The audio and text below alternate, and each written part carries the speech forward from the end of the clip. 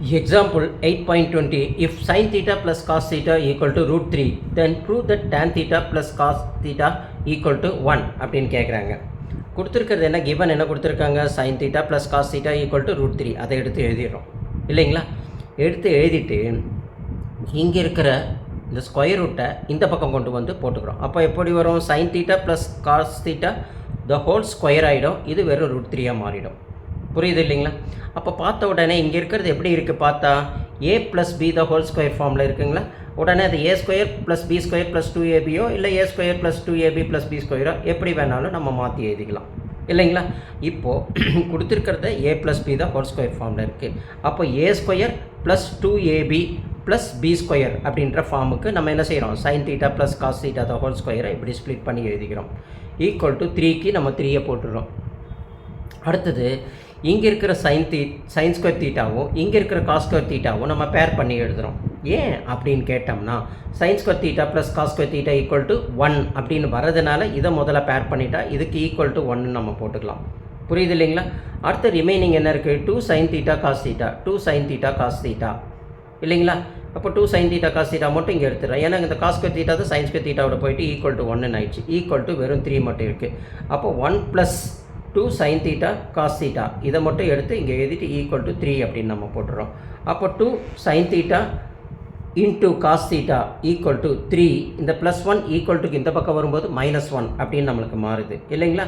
அப்போ 2 sin theta into cos theta equal to 3லேருந்து 1 போச்சுன்னா நம்மளுக்கு 2ன்னு தெரியும் இல்லைங்களா.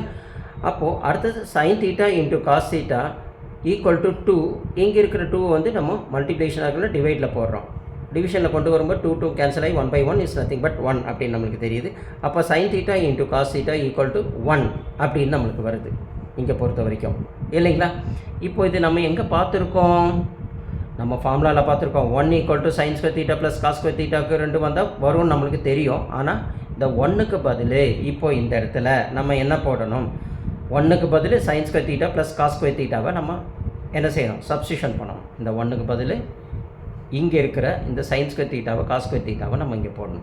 இப்போ sine theta into cos theta equal to 1 தான். அது எதுக்கு equal, sine square theta plus cos square theta. அப்போ 1 equal to sine square theta plus cos square theta அப்படின்னு போட்டுட்டு இங்கே இருக்கிற சைன் தீட்டா இன்ட்டு காஸ் தீட்டாவை நம்ம என்ன செய்கிறோம், கீழே கொண்டு வந்துடுறோம்.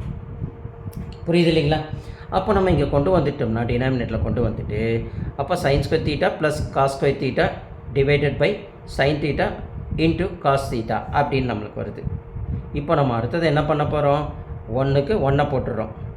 புரியுதுங்களா. இப்போ இந்த சைன் ஸ்கொயர் தீட்டாவை நம்ம ஸ்ப்ளிட் பண்ணி எழுதி பார்ப்போமே. ஸ்ப்ளிட் பண்ணி எப்படி எழுதி பார்க்கலாம் பாருங்கள். சைன் ஸ்கொயர் தீட்டாவை சைன் தீட்டா இன்ட்டு சைன் தீட்டான்னு எழுதலாம் இல்லைங்களா, எழுதியாச்சு. அடுத்தது என்ன செய்கிறோம், பை கீழே என்ன இருக்குது, இப்படி ஸ்ப்ளிட் பண்ணிக்கிறோம். Sine square theta into sine theta into cos theta. அதுக்கு சைன் தீட்டாவை தான் sine theta into sine theta by sine theta into cos தீட்டான்னு கொடுத்துருக்கிற டினாமினேட்டர் மேலே இருக்கிற நியூமரேட்டரோட ஸ்ப்ளிட் பண்ணி இப்படி எழுதிட்டோம். அடுத்து காஸ் ஸ்கொயர் தீட்டாவை நம்ம cos theta into cos theta divided by sine theta into cos தீட்டான்னு இப்படி எழுதியிருக்கோம். புரியுது இல்லைங்களா.